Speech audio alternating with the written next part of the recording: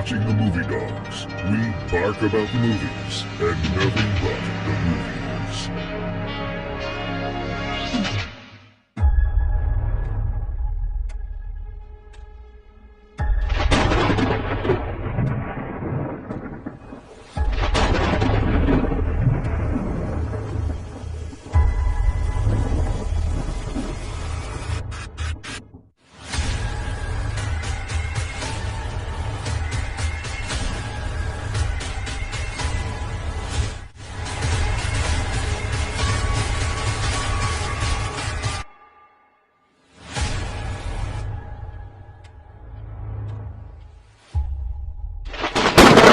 Welcome to the Dawghouse.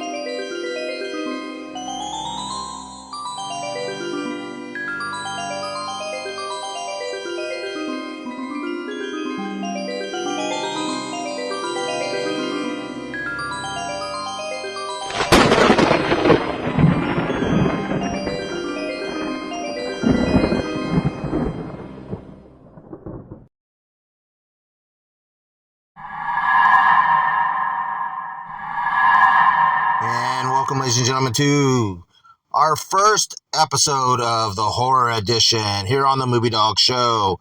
Tonight, we are going to be talking about the death of Snow White. Well, folks, we all know the past year, 2 years, we've been bombarded when it came to Disney's reimagining of a classic animated film that literally started an empire. And we know the controversy that all surrounded it over the year and a half, the reshoots, getting these fake dwarves and then CGI in them and all this other crap that's gone along with it and everything. And then, of course, the Daily Wire was trying to do their Snow White movie with Brett Cooper. Of course, that fell apart. But the one thing that was constant that I always noticed on social media was the absolute love that this film got from just the fans in general and people really in anticipation for this film and not really hearing any negativity or anything like that. And I'm sure there were some production problems here and there, like all movies do. But this film, with some of the noise that it did pick up because of the release and the quick demise of Disney's Snow White version, this film delivered. And I'm not just saying that because I had been following it for about a year since the first teaser trailer came out, and the idea of the 7 dwarfs becoming the 7 deadly dwarfs. It was just a very well-rounded film that I think should have been given so much noise to it. I mean, I would love to have seen this film in theaters, but I saw it on Prime. I waited. I watched it 3 times so I can really get into it and understand it and to really be able to do this review. This was a labor of love. Jason Brooks, the director and co-writer, he had been doing his last 2 big projects that I have watched were Vengeance parts 1 and 2, which was Friday the 13th fan fiction, and he really blew me away on how he did so much detail work and just so much love for the property. I've praised this film. I reviewed the second one a few years back on the show, and Again, him and co-writer Naomi, and forgive me if I mispronounce the middle name, McKim Miller. Sorry, I'm not good with names. But, wow, was the writing just great? I mean, they were able to capture the times of this middle age tale that was written by the brothers Grimm. And I mean, and I was never a fan of the Snow White story really to begin with. I just wasn't. I mean, because I never really got the chance to really read a lot of the Grimm's tale. I mean, as a kid, I wasn't never big on the Snow White animated movie to begin with. And I mean, I liked Snow White and the Huntsman that came out with Kristen Stewart and Chris Hemsworth about 10 years ago or so. But I just never really was interested in it. But this project did, knowing that they were going to be close to as much as they can with the source material, and then getting to see the visuals, the images of the sets and the costuming, and everything just felt right. I mean, and it didn't feel like, some people would have probably still called this a fan film. No, this was not a fan film. This was even fan films, if you ask me, can still feel, they're still real because there's passion put into it. This film was just, this is one, to me, this was just one of those films that I anticipated for a while, and it really it hit the nail right on the head. I mean, it got it. It was fun. Everybody just looked like, they wanted to be there, and they had everybody just meshed well. The acting, and the performances back and forth with each other. I mean, and I'm not going to be knocking a lot of other performances of Snow White by any means, because I feel it takes away from this if you're knocking the other one. But really, when it comes down to it, and again, I'm bad with names, but Sane Lotus, I'm sorry, honey, if I messed your name up. It's been a long day, but nailed it. She had been quoted, people said, she's always been wanting to play Snow White. It was like she was born to play it. And you know what? This girl owns the character. Live action. Any live action adaptation, folks, this is your live action Snow White.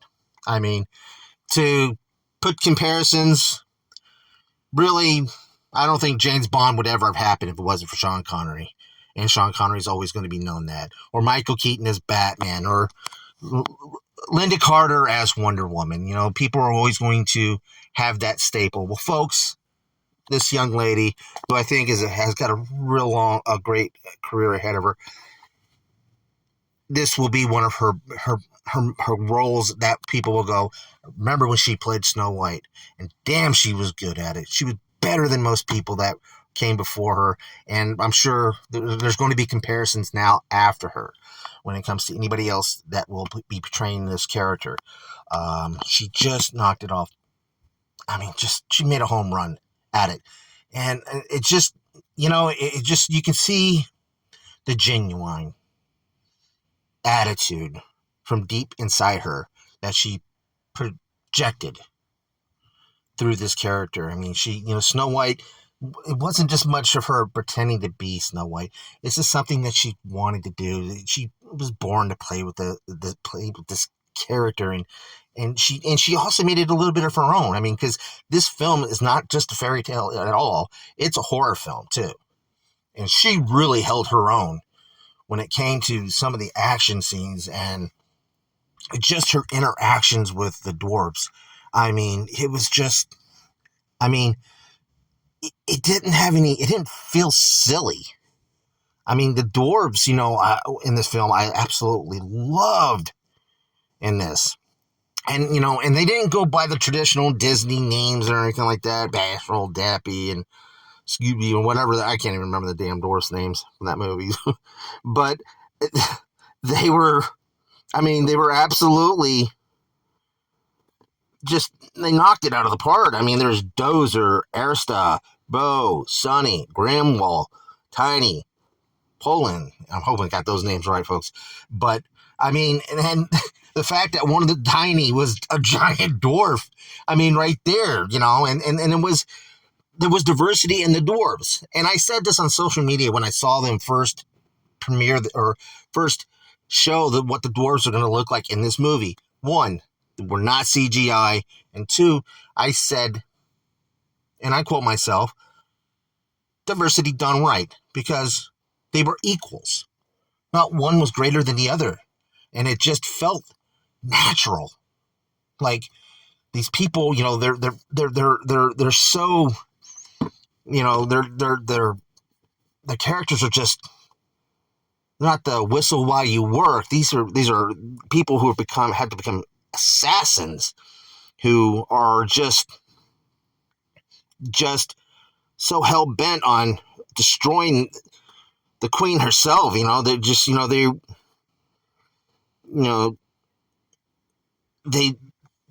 hurt. You know, they're suffering from, you know, just trauma, and then they channel it in the violence that they go after. And, you know, and seeing the dwarves just going at it like freaking Jason with a machete, it was just absolutely just bonkers, and you're gonna love it. I mean, I told my friend, you know, like, dude, man, you can check this movie out. I was like, I don't like Snow White. I said, dude, there's dwarves killing people.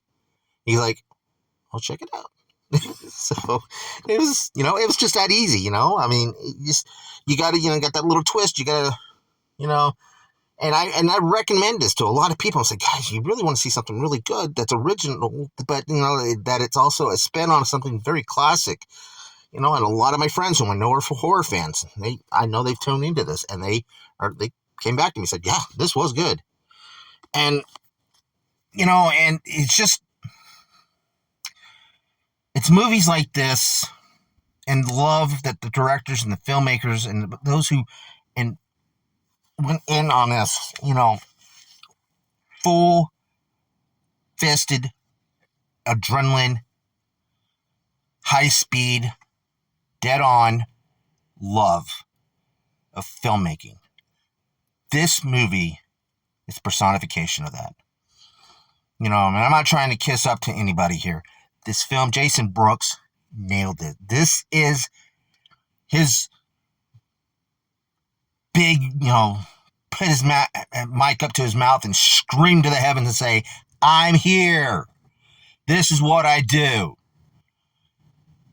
You know, and, you know, of course, the fan fiction that he's done in the past, you know, again, he was honing his skills, practicing new techniques by also taking old IPs and doing something. And he took that experience and he put it to this film and just, you know, made it feel, I mean, and the costumes, the sets, everything just, it didn't feel like, you know, a low budget film.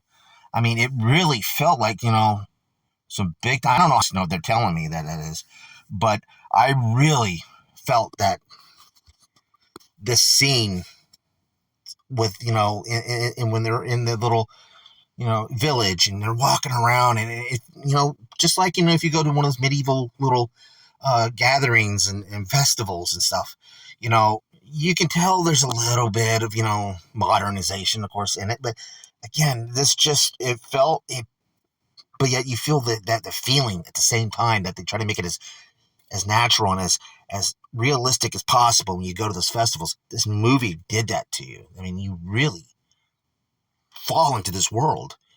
And again, you know, young lady, you got a long career ahead of you, and Sante, you nailed it, and I was, you know, and I've seen your other work, and you killed it, absolutely, just nailed it. And then of course, when it comes to, I have to say, the evil queen, Chelsea, Chelsea Endement. I'm so sorry. I suck at names. I need to go back to school, folks. No, I'm sorry. I need to go to school, folks. Not knocking Gal Gadot, but this woman's beautiful. This woman was more beautiful, more elegant than Gal Gadot's performance at all. I mean, this is not knocking Gal Gadot. She's a very beautiful woman, but this woman, it it felt natural to her. It's like, she just, the look, she just had that presence in her eyes when, she's, sitting in the tub, with leeches on her. And, she's, yelling at the huntsman and her guards and, which was played by Jason Brooks, who, it was, man, she really captured evil and really just, made you really like, kind of like a woman scorn, a woman who's just defiant and just is greedy. I would say, I don't want to knock, but like a really like greedy business type of person who just wants to consume and take everything and to hell with everybody else. I want it. You don't deserve it. Just someone like that. I've met people like that in my life and in my family, but she just knocked it out. And she's just, the way her outfits and her demeanor just really it just popped. I really enjoyed the scenes, and you just, and it was more, instead of, the evil queen being the witch or anything, she had this type of feel of a cult leader too. And really just, she'll stop at nothing to keep her power. And again, it brings on the idea of, well, why is Snow White still the fairest of them all? I'm the queen, I'm beautiful. And just that attitude, that, that character over all the centuries that the story has been around. But, but she just really, again, she made it feel different this time. But just so much more,